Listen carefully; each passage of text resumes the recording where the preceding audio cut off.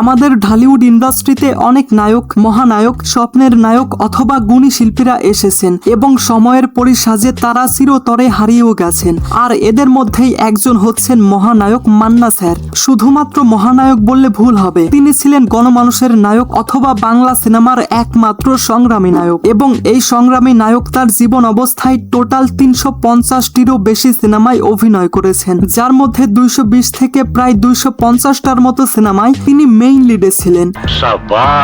তিনি তার 24 বছরের ফিল্মি ক্যারিয়ারে অসংখ্য হিট, সুপারহিট এবং ব্যবসা সফল সিনেমা দর্শকদের উপহার দিয়েছেন। এবং এরই মধ্যে একটা সিনেমা আম্মাজান। এটা সংগ্রামী নায়ক মান্নার এমন একটা সিনেমা যা শুধু একটা সিনেমা নয়, বরং আমাদের আবেগ, স্মৃতি আর ভালোবাসার গল্প। যেই সিনেমা আমাদেরকে শিখিয়েছে মায়ের প্রতি ভালোবাসা কেমন হয় এবং সন্তানের আত্মত্যাগ কতটা নিঃস্বার্থ হতে পারে। আর সেই সিনেমার নায়ক ছিলেন আমাদের সবার প্রিয় প্রয়াত মান্না স্যার। আজ থেকে ঠিক 26 বছর আগে 1999 সালে মুক্তি পেয়েছিল কাজী হায়াৎ পরিচালিত এই সিনেমা। আর সেই দিন থেকেই শুরু হয় ঢালিউডে এক নতুন ইতিহাস। এই সিনেমা ছিল সেই সময়ের ঢালিউডের এক বিশাল মাইল ফলক। তখনকার দিনগুলো কেমন ছিল, কিভাবে এই সিনেমা মানুষের হৃদয়ে জায়গা করে নিয়েছিল, সেই গল্পটাই আজকে আপনাদেরকে শোনাবো। So this is going to be an very interesting video. তাই ভিডিও শুরু করার আগে চ্যানেলটা সাবস্ক্রাইব করুন। আরে বাহ, আপনাকে থ্যাংক ইউ।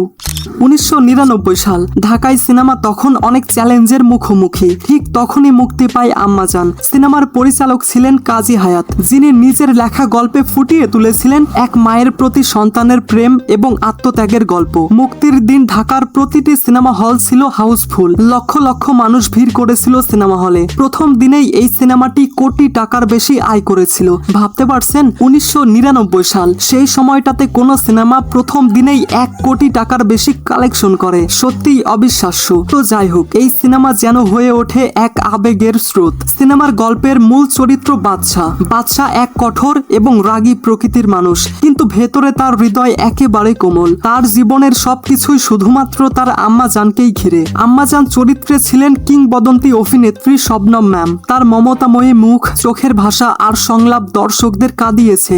বাদশা নিজের জীবন বাজি রেখে তার মায়ের সম্মান রক্ষা করে, ডিপজলের মতো ভয়ঙ্কর ভিলেনের সঙ্গে লড়াই করে অন্যায়ের বিরুদ্ধে রুখে দাঁড়ায়। এছাড়াও আম্মাজান সিনেমার অন্যান্য চরিত্রে অভিনয় করেছেন আমিন খান, মৌসুমী এবং মিজু আহমেদের মতো শক্তিমান অভিনেতারা। এইটা আমরা জানতাম। সিনেমায় হৃদয় ছোঁয়া এবং অনেক আবেগী একটা ডায়লগ ছিল। সিনেমার শেষ দৃশ্যে যখন বাদশার আম্মাজান তার সঙ্গে কথা বলে, তখন মান্নার সেই হৃদয় ছোঁয়া সংলাপ, আমার আম্মাজান আমার লগে কথা কইছে। 22 বছর পর আমার আম্মাজান আমার সাথে কথা কইতেছে। এই ডায়লগটা শুনে সেই সময়টাতে কারো চোখের পানি ধরে রাখা সম্ভব হয়নি। মান্নার বাদশা চরিত্র আজও মানুষ ভুলতে পারেনি। তখন সিনেমা হলে দর্শক কাঁদতেন, কেউ হয়তো শাড়ির আঁচল দিয়ে চোখ মুছতো, কেউ হয়তো গামছা দিয়ে। সিনেমা শেষে হল থেকে বের হওয়ার সময়ও অনেকে চোখ মুছতে মুছতে বের হতেন। মান্না শুধু একজন নায়ক ছিলেন না, তিনি ছিলেন দর্শকের হৃদয়ের মানুষ। কিন্তু 2008 সালের 17 ফেব্রুয়ারি এই হৃদয়ের মানুষের হৃদয়ের স্পন্দন একেবারে থেমে যায়। তিনি লক্ষ লক্ষ অডিয়েন্সদের কাঁদিয়ে চিরতরে বিদায় নেন। তার মৃত্যুতে যেই শোক নেমে এসেছিল, সেই শোক আজও মানুষ ভুলতে পারেনি। এছাড়াও আম্মাজান সিনেমার গানগুলো ছিল হৃদয় ছোঁয়া। বিশেষ করে আম্মাজান শিরোনামের গানটি পুরো বাংলাদেশ কাঁদিয়েছে। সবাই মুখস্থ বলতে পারতো এই গানটা। হয়তো আপনিও বলতে পারেন, আমার এটা মনে হচ্ছে। আম্মাজান চোখের মনি আম্মাজান।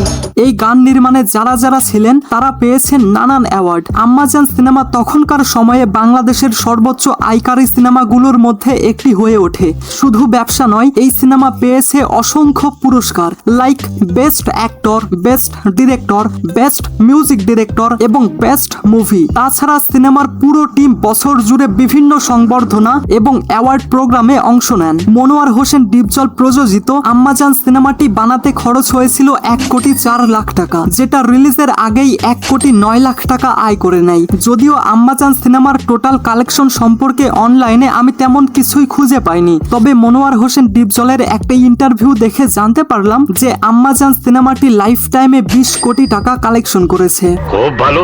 এবার বলবো আমার 10 জন স্পেশাল সাবস্ক্রাইবারদের নাম। যদিও আমার সমস্ত সাবস্ক্রাইবারই অনেক স্পেশাল, তবুও আমি বললাম। বাপ রে বাপ, বড় ভাবের কথা কইতেছো দেখি। Hello Azan, hello hello Ariful, hello hello Anu Christina, hello hello hello hello hello Rana, hello hello Salman, hello hello Abu Hanif, হ্যাঁ বল hello Tahsin, hello hello Shafi, hello hello Rabbi, hello hello Walid bin Hasan.